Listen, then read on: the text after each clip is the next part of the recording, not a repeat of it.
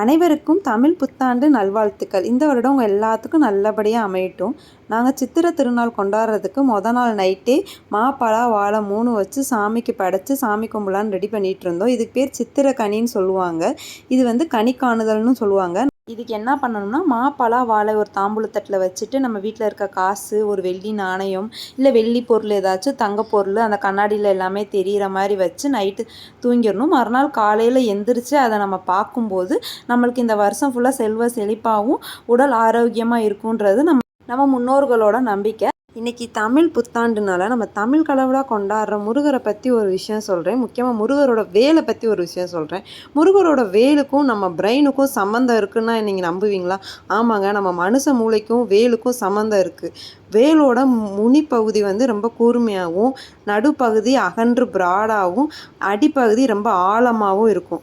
அதுதான் நம்ம அறிவோட கம்பேர் பண்ணுறாங்க. நம்ம அறிவு வந்து கூர்மையாகவும் ரொம்ப விரிவாகவும் ரொம்ப ஆழமாகவும் இருக்கணுமா. அதனால தான் அதை வேலோட கம்பேர் பண்ணுறாங்க. அந்த வேலையே தன் கைக்குள்ளே வச்சுருக்க தமிழ் கடவுளான முருகரையும் நம்ம அதுக்காக தான் கும்பிட்றோம். முருகரை கும்பிட்டா நம்ம அறிவு கூர்மையாகவும் ஆழமாகவும் அகன்றும் இருக்குன்றது நம்பிக்கை. நாங்களும் மறுநாள் காலையில் எழுந்திரிச்சு கனி காணுதல் எல்லாத்தையும் முடிச்சுட்டு காலையிலே கந்த சஷ்டி கவசம் போட்டுட்டு இன்றைக்கி மதியானம் லஞ்சுக்கு கொஞ்சம் டிஃப்ரெண்ட்டாக பண்ணலான்னு ரெடி பண்ண போயாச்சு. நைட்டே நான் வெஜிடபிள்ஸ்லாம் கட் பண்ணி வச்சுட்டேன். மார்னிங் எழுந்திரிச்சு கட் பண்ணால் ரொம்ப லேட் ஆயிரும்னு சொல்லிட்டு ஃபஸ்ட்டு காலிஃப்ளவரை வேக வச்சு மேக்னேட் பண்ணி வச்சாச்சு. ரசமும் வச்சாச்சு, முட்டைக்கோஸை வேக வச்சாச்சு. அதுக்கப்புறம் உருளைக்கிழங்கு இன்றைக்கி வாழை இலையில் சாப்பிட்லான்னு 3 காய்கறிகள் வைத்து சாப்பிட்லான்னு சொல்லிட்டு சாம்பாரும் வச்சாச்சு. அடுத்து மேக்னேட் பண்ணி வச்சுருந்த காலிஃப்ளவரையும் பொடிச்சு எடுத்தாச்சு சைடில். அடுத்து இனியா மேடம்க்கு கலர் அப்பளமும் எங்களுக்கு பெரிய அப்பளமும் பொரிச்சு எடுத்துக்கிட்டாச்சு. கையோட எல்லா வேலையும் முடிச்சுட்டு பாத்திரங்கள் எல்லாத்தையும் கழுவி வச்சுட்டு சாப்பிட்றதுக்கு ரெடி ஆயாச்சு. வாழை இலை சாப்பிட்றதுக்கு இனியா ரொம்ப எக்ஸைட்டடாக இருந்தால் இந்த வட்டம். இது என்ன அவள் இன்ன வரைக்கும் வாழை இலை போட்டு விவரம் தெரிஞ்சதுக்கப்புறம் சாப்பிடல. என்னதுன்னு கேட்டுக்கிட்டே இருந்தா. ஸ்வீட் நான் வீட்டில் பண்ணல, கடையில் வாங்கினது தான் குலோப் ஜாமுன். மற்றபடி எல்லாமே நான் வீட்டில் தான் நானாக தான் ப்ரிப்பேர் பண்ணேன்.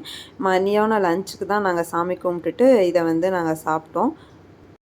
எங்கள் வீட்டில் எங்கள் அம்மா இப்படி பண்ணும்போது தான் நானே என் தம்பி இந்த காலிஃப்ளவருக்கு அடிச்சுப்போம். இன்றைக்கி நான் அதை வைக்கும்போதே என் தம்பி ஞாபகம் தான் எனக்கு வந்துச்சு.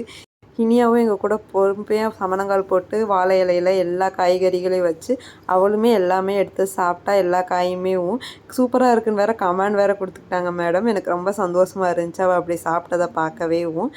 கரெக்டாக டிவியில் வேறு சிச்சுவேஷன் சாங் ஓடிக்கிட்டு இருந்துச்சு, எனக்கு பிடிச்ச சாங் வேறு.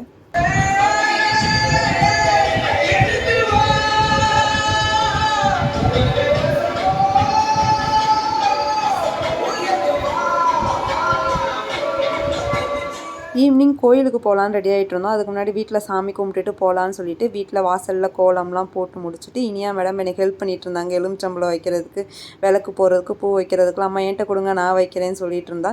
சரி நானும் அவட்ட எடுத்து கொடுத்துட்டு நானும் அவளும் சேர்ந்து எல்லாத்தையுமே வச்சுட்டு வெளியே வந்து துர்க்கை அம்மனுக்கு நான் ஃபஸ்ட்டு விளக்கு போட்டுருவேன். குலசாமிக்கும் துர்க்கை அம்மனையும் நினச்சி வெளியே தலைவாசலில் விளக்கு ஏற்றி முடிச்சுட்டு அடுத்து உள்ளே பூஜை பண்ண போயாச்சு.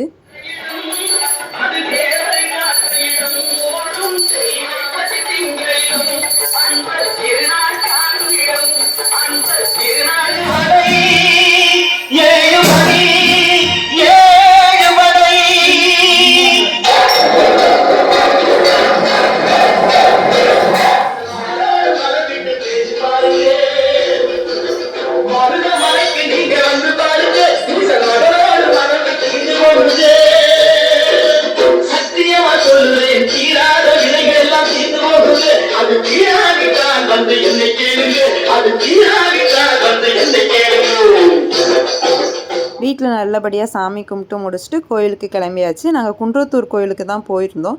நிறைய கூட்டம் இந்த வட்டம். எப்பயுமே மேலே வரைக்கும் வண்டியை விட்டுருவாங்க. பட் இந்த டைம் ரொம்ப கூட்டம் வந்தனால படிக்கட்டில் தான் ஏறி போகணுன்னு சொல்லிட்டாங்க. எனக்கு அவர் பூ வாங்கி கொடுத்துருந்தாரு. ரொம்ப நாள் கழித்து பூ வச்சேன். இனியா மேடம் வேறு கோச்சிக்கிட்டாங்க, எனக்கு பூ வாங்கலை அம்மாவுக்கு மட்டும்தான் பூ வாங்கினீங்கன்னு. பட் அவள் பூ வாங்குறப்ப கேட்கல. ரெண்டாவது நான் பூ வைக்கும்போது வந்து வேணும்னு கேட்டால் சரி கட் பண்ண முடியாதுன்றனால வாங்கி தரோன்னு சொன்னோம். பட் அவளுக்கு வாங்கி கொடுக்கல மேடம்க்கு. எனக்கு இந்த லுக் ரொம்ப பிடிச்சிருந்துச்சு. பூ வச்சுட்டு ரொம்ப நாள் கழித்து நாங்கள் கோயிலுக்கு கிளம்பி மேலே ஏறி போயாச்சு. கோயிலுமே கொட்டெல்லாம் வச்சு ரொம்ப சிறப்பாக சாமி கும்பிட்டுட்டு இருந்தாங்க. எல்லாருமே வேடிக்கை பார்க்கவே அவ்வளோ அழகாக இருந்துச்சு. நிறைய கடைகள் போட்டிருந்தாங்க. எப்பயுமே நார்மலாக இங்கே அவ்வளோ கடைகள்லாம் இருக்காது. பட் இன்றைக்கி சித்திரை 1ன்றனால நிறைய கடைகள்லாம் போட்டிருந்தாங்க. இனியா மேலே போகும்போதே எனக்கு பொம்மை வேணும்னு கேட்டுக்கிட்டே போனா. சரி போயிட்டு வந்து வாங்கி தரோன்னு சொல்லிட்டோம்.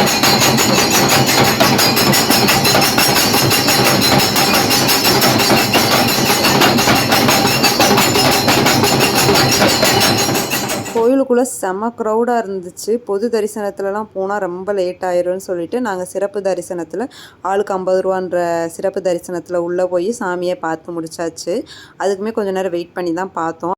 கோயில் ஃபுல்லாக நிறைய சேவலாம் சுற்றிட்டு இருந்துச்சு. அதெல்லாம் வேடிக்கை பார்த்துட்டு அடுத்த பிரசாதமாக நாங்கள் புளியோதரையும் சக்கரை பொங்கலும் வாங்கியிருந்தோம். இனியா மேடம் புளியோதரை தான் இனியாவுக்கு ரொம்ப பிடிச்சிருந்துச்சுன்னு சொல்லிட்டு சாப்பிட்டுட்டு இருந்தா.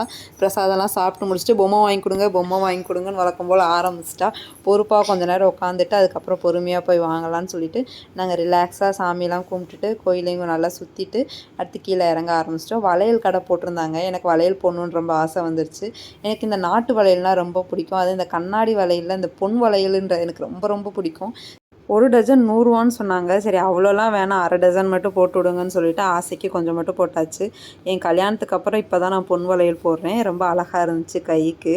நம்ம வீட்டு குட்டி வாண்டு தான் நம்ம என்ன பண்ணாலும் உடனே பண்ணணும்னு சொல்லலாம். அது எனக்கு வளையல் போடுங்கன்னு சொல்லிச்சு. கண்ணாடி வளையல் கையில் குத்திரும் வேணாம் பண்ணோன்னே சரி எனக்கு மெகந்தியாச்சும் வச்சு விடுங்கன்னு சொல்லிட்டு இந்த அச்சை கேட்டா.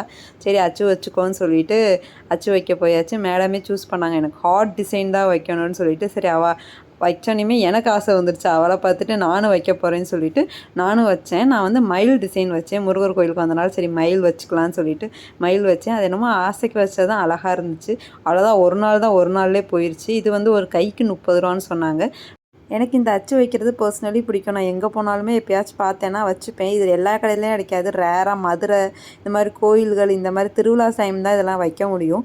சரின்ட்டு திருவிழா டைம் மட்டும் நான் எப்போயுமே இதை பார்த்தா நான் போய் கை வச்சுருவேன். இப்போ என்ன மாதிரி என் பொண்ணும் பண்ண ஆரம்பிச்சிட்டா.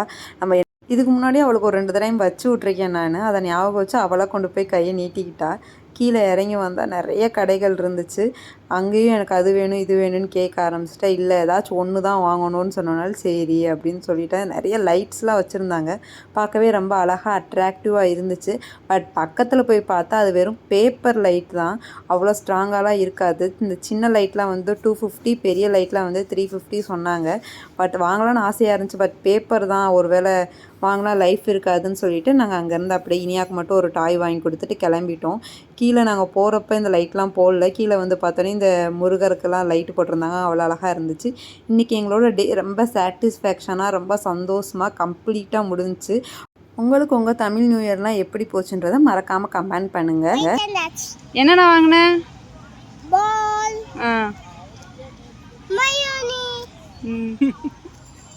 கண்ணு பண்ணு கண்ணு பண்ணுவேல பண்ணு கண்ணு பண்ணு பீச். சரிங்க, இங்கே பார்த்து பண்ணணும். கேமரா பார்த்து இப்போ பண்ணு. இன்னொரு தடவை ஒன்றே ஒன்று ப்ளீஸ். எனக்காக அப்பாக்காக சொல்லுங்க. உங்களுக்கு இந்த வீடியோ பிடிச்சிருந்தா மறக்காமல் இனியாஸ் மாம் சேனலை லைக் பண்ணி சப்ஸ்கிரைப் பண்ணிக்கோங்க. அடுத்த வீடியோவில் பார்க்கலாம்.